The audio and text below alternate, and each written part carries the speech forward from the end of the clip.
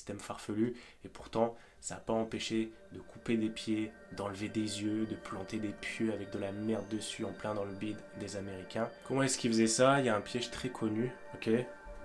Ensuite, imaginez que vous êtes en terrain de guerre et que vous trouvez quelque chose qui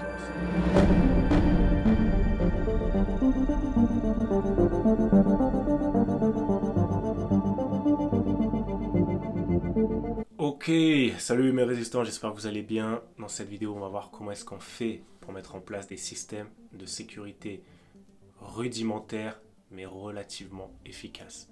On a le couteau aujourd'hui, on a le couteau mytho, le couteau du commando Rambo. Regardez, on respecte pas la règle.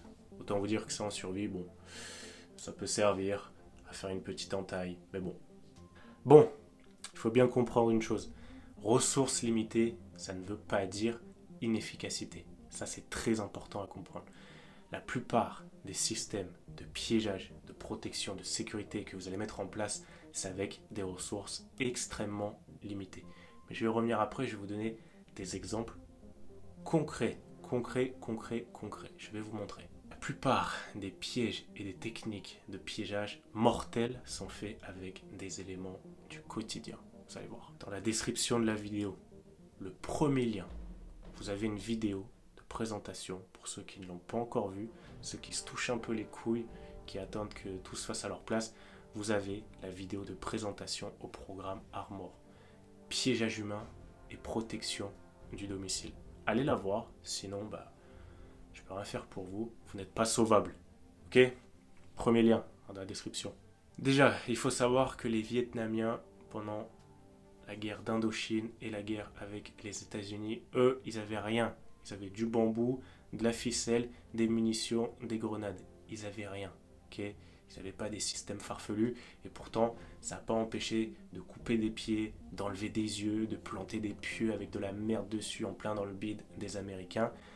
Ils avaient des ressources extrêmement limitées. Et pourtant, ces gars-là, c'était les personnes les plus craintes en termes de piégeage. Quand on sait qu'on allait dans la forêt là-bas, alors moi j'étais pas né. Peut-être que vous n'étiez pas né non plus. Quand on allait en guerre contre les Vietnamiens, on savait que chaque pas, chaque progression qu'on faisait, on allait potentiellement perdre un pied, une main, des yeux, des jambes, peu importe. En tout cas, on perdait quelque chose. Comment est-ce qu'ils faisaient ça? Il y a un piège très connu, ok? C'est une cartouche, ok? Alors ça, c'est du 22 mag. La percussion ici, elle est annulaire, elle n'est pas centrale. Pour ceux qui ne savent pas, je ne suis pas là pour faire un cours sur les cartouches. Mais là, on est sur une percussion qui est annulaire. Donc, l'amorce, en gros, elle est répartie sur le culot. Tout simplement, eux, ils avaient des cartouches 7,62, 5,56, peu importe. Même si les calibres étaient un peu différents à cette époque-là. Donc c'était une percussion qui était centrale. On avait l'amorce qui est à l'intérieur et le percuteur du fusil venait taper au milieu de la cartouche. Vous voyez, venait taper au milieu. Là, l'amorce, elle est répartie tout autour. Donc, qu'est-ce qu'ils faisaient? Ils prenaient un tube en fer. D'accord? Ils prenaient un tube en fer. Ils avaient un clou. Et ensuite, alors c'était même pas un tube en fer, c'était du bambou. Ils enterraient ça dans le sol. Il y avait une petite trappe au-dessus, comme ça. Et donc quand le mec mettait son pied, bam, il appuyait. Et le taux de probabilité que ça fonctionne était assez élevé. Et ils en mettaient un peu partout. Et donc derrière, quand le mec appuyait, hop, avec la force, et ben ça enclenchait l'amorce. Un peu comme si vous avez un fusil, que vous lâchez la queue de détente, et ben après il y a tout le fonctionnement qui déclenche le percuteur, et ensuite le percuteur vient mettre feu, vient faire exploser l'amorce met feu à la poudre prend feu, et vous avez compris, ça lâche une bastos. Donc eux, ils avaient des pièges très simples, et avec une cartouche, ils vous enlevaient un pied. Vous preniez une bastos dans le pied. Ah ben là, autant vous dire que c'est très compliqué de s'en remettre. Ça, c'est basique. Et pourtant, ça fonctionne très bien. Ressources limitées, abondantes. Et c'était très camouflé avant tout. C'était très compliqué de les voir, ces pièges-là. Alors ensuite, on avait les grenades. Les grenades, je ne sais pas si eux... Si, de mémoire, ils utilisaient les grenades. Je ne vais pas vous montrer une grenade. Je vais vous montrer autre chose. D'accord? Si je commence à vous montrer mon couteau, plus un autre truc dans le décor, peut-être qu'il y en a qui l'ont remarqué. Je vais revenir après. Il ne va pas rester longtemps, je vous le garantis. Ça. Vous voyez, ça, c'est le détonateur. d'une grenade à plâtre, grenade d'exercice. Donc, normalement, on n'a jamais une grenade qui est assemblée d'un bloc. On se balade jamais avec une grenade comme ça. Donc, on a l'enveloppe, l'explosif, en gros, qui est dévissé.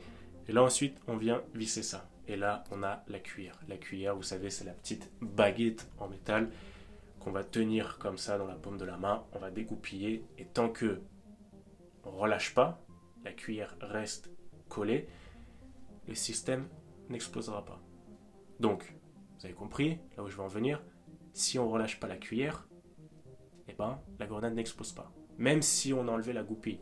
Donc, qu'est-ce qu'on fait? On a une boîte de conserve qui fait, je sais pas, cette taille-là. Qu'est-ce qu'on fait avec? On dégoupille la grenade et ensuite, on la glisse dedans.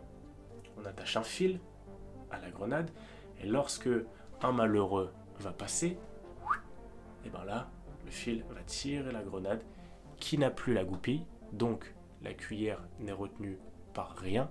Et là, vous avez compris, 341, 342, 343, c'est entre 3 et 7 secondes, l'explosion d'une grenade, bam, ça pète. Voilà. Ressources limitées, efficacité maximale. C'est con, mais ça fonctionne. Donc le piégeage, c'est des techniques qui sont extrêmement simples. Vous avez encore une fois le lien dans la description si vous êtes un petit peu plus curieux. Ensuite, imaginez que vous êtes en terrain de guerre et que vous trouvez quelque chose qui ressemble à ça. Ok, par exemple, quelque chose qui ressemble à ça. C'est une collection, si on peut dire ça comme ça.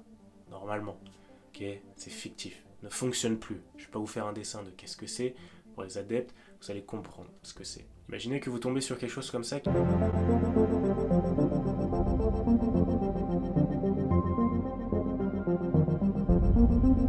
Et à notre avantage. Et là, au lieu d'avoir une simple grenade ou une simple...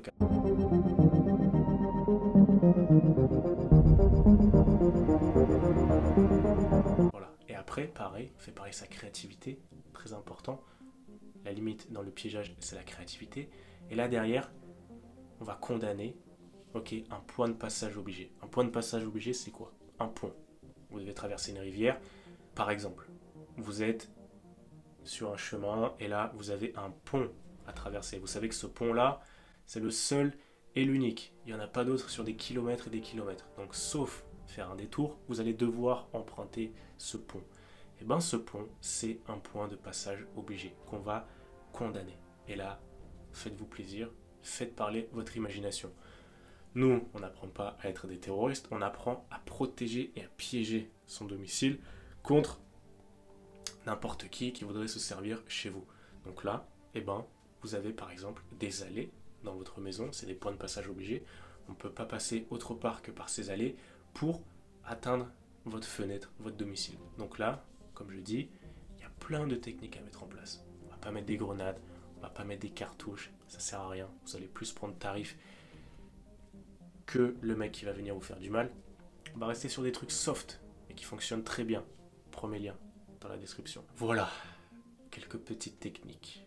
Et en temps de guerre, là on va se lâcher. On va faire parler l'imagination et aucune retenue. Et en temps de paix, eh ben, on suit la procédure Armor pour faire quelque chose qui est éthique et dans les règles pour pas avoir de problème.